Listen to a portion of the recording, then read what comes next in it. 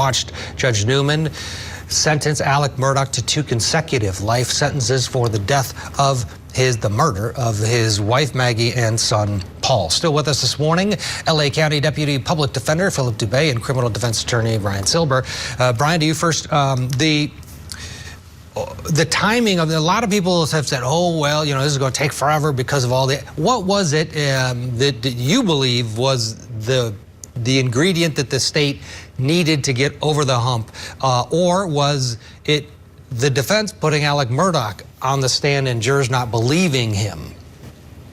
I think it's a combination of 2 things. First of all, the evidence of the financial crimes. We keep talking about it, but this is what is the reason why it shouldn't be admitted. It's extremely prejudicial and doesn't directly prove whether or not there was a homicide. Not to mention the fact the reason why they were admitted, the theory of motive, is one I don't think most people agree with. And the second part is he got caught in a major lie, and that was his presence in the kennels.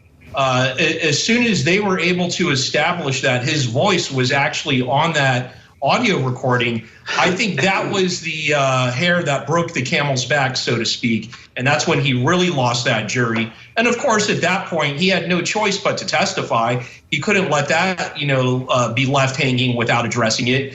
And in order to address that, he's got to address everything. And I think it just was an exponential problem that, compounded and got worse and worse for him, starting with the admission of that character evidence.